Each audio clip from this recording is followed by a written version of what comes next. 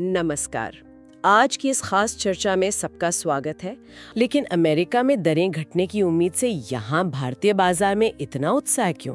देखिए, इसका सीधा कनेक्शन है विदेशी पूंजी के प्रवाह से। जब अमेरिका जैसे बड़े विकसित बाजार में ब्याज दरें कम होती हैं, तो निवेशक, खासकर बड़े संस्थागत निवेशक, ज्यादा रिटर्न कमाने के लिए भारत जैसे उभरते बाजारों की तरफ देखते हैं। तो इससे क्या होता है? फॉरेन इंस्टीट्यूशनल इन्वेस्टर्स यानी FIIs का पैसा भारतीय बाजार में आने की संभावना बढ़ जाती है। और सिर्फ यही नहीं, जब दुनिया भर में ब्याज दरें कम होती हैं, तो हमारी कंपनियों के लिए भी विदेश से पैसा उठाना सस्ता हो सकता है। तो दोनों तरफ से फायदा। अच्छा, ये बात है। ठीक है।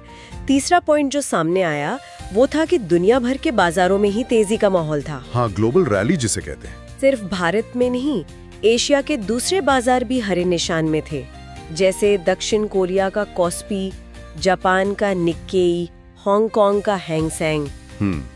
और उधर अमेरिका में भी वॉल स्ट्रीट पर नैस्डैक तो रिकॉर्ड ऊंचाई पे पहुंच गया था।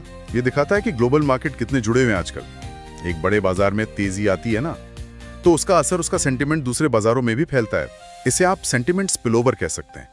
मतलब निवेशकों का भरोसा सिर्फ घरेलू वजहों से नहीं बनता बिगड़ता, दुनिया में क्या चल रहा है उससे भी बहुत फर्क पड़ता है। सही बात है। अच्छा, चौथा कारण थोड़ा घरेलू था। रोजमर्रा के इस्तेमाल की चीजें, पर्सनल केयर प्रोडक्ट्स, उन पर हाल में GST दरों में कुछ कटौती हुई थी। हाँ, कुछ आइटम्स पर। तो उसको लेकर बाजार में एक उम्मीद जगी थी। जियोजीत फाइनेंशियल सर्विसेज के VK विजय कुमार जैसे एक्सपर्ट्स मान रहे थे कि इससे मांग बढ़ेगी, खासकर ऑटो जैसे सेक्टर्स में, और ये भी बाजार के सेंटिमेंट को मजबूती दे रहा था। इसका लॉजिक तो सीधा सा है।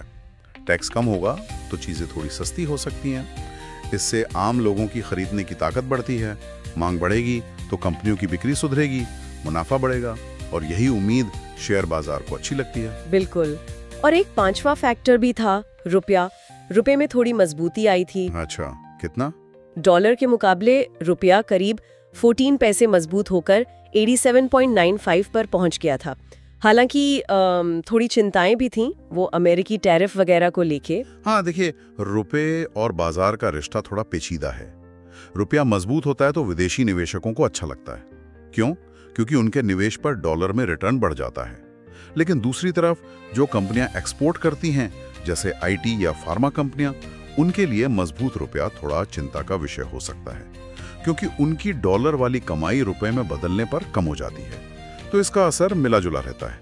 देखना पड़ता है कि कौन सा फैक्टर ज्यादा हावी है।